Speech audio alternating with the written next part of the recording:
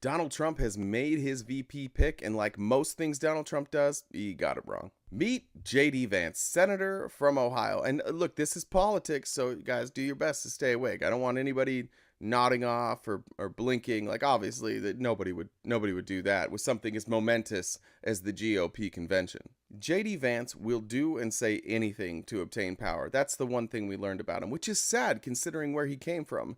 J.D. Vance is a success story. He's an American success story. He grew up dirt poor. He worked hard. He went to Yale. He went to law school, and he made it. It was the American dream. And then once he accomplished that American dream, he thought, I better shut the door behind me. The Republicans had an opportunity to pick a vice president that would speak to communities where they're struggling. LGBTQ community, the Hispanic community, the Black community, women. All these places where Republicans struggle, they chose the one guy who sucks at all of them. As J.D. Vance isn't going to give Trump a single bump in his numbers. The only thing J.D. Vance is providing for Donald Trump, this is somebody who's deeply connected to Peter Thiel. In fact, you may remember the story that we covered when Donald Trump was in Nevada and people were passing out right and left. And he's like, I don't care about you. I just need your votes. And then he flew directly to San Francisco after that. And nighttime is for the rich people. Daytime is for the poor. So he flies to San Francisco for a fundraiser put together by who? J.D. Vance. And who else? Peter Thiel. Now, you may wonder what Peter Thiel has to do with any of this. Well, Peter Thiel's a lot more involved in politics than you might know. Vance and Peter Thiel are big fans of Curtis Yarvin. Yarvin is a Silicon Valley monarchist blogger. Monarchist.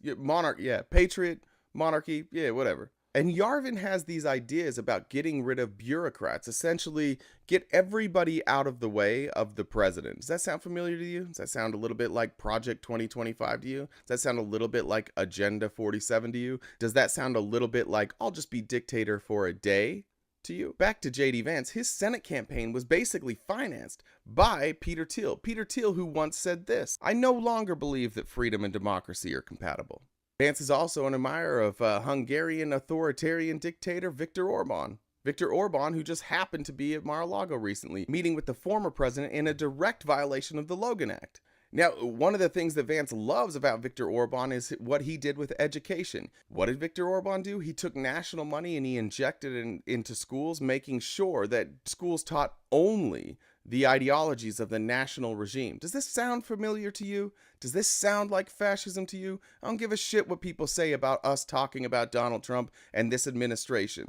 They're fascists. That's what they want to be. That's who they are. That's who they're funded by. How many more direct connections do we have to make to fascism before any of you start thinking, maybe this is fascism?